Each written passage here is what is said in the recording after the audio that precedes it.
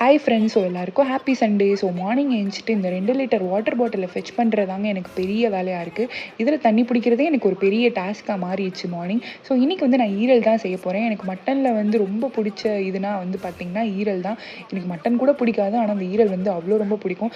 Recent டேஸில் நான் நான்வெஜ்லாம் செய்கிறப்போ எப்போவுமே வந்து நல்லா க்ளீன் பண்ணிட்டு நம்ம வந்து சுடு தண்ணியில் மஞ்சள், உப்பு, அதுக்கப்புறம் ஜீரகம் போட்டு கொதிக்க வச்சுட்டு தான் செய்கிறேன். ஸோ எனக்கு வந்து இந்த மாதிரி ஒரு ஆட் ஸ்மெல்லு இதெல்லாம் வராமல் நல்லா இருக்க மாதிரி தெரியுது. ஸோ நீங்களும் இந்த மாதிரி ட்ரை பண்ணி பாருங்கள். அதுக்கப்புறம் ஒர்க் கொஞ்சம் நேரம் பண்ணிவிட்டு, எனக்கு சண்டே லீவ்லாம் இல்லைங்க. ஸோ என்னோடய ஒர்க்கை கண்டினியூ பண்ணிவிட்டு ஈவினிங் வந்து எனக்கு பயங்கரமான ஒரு சுகர் கிரேவிங் இருந்துச்சு.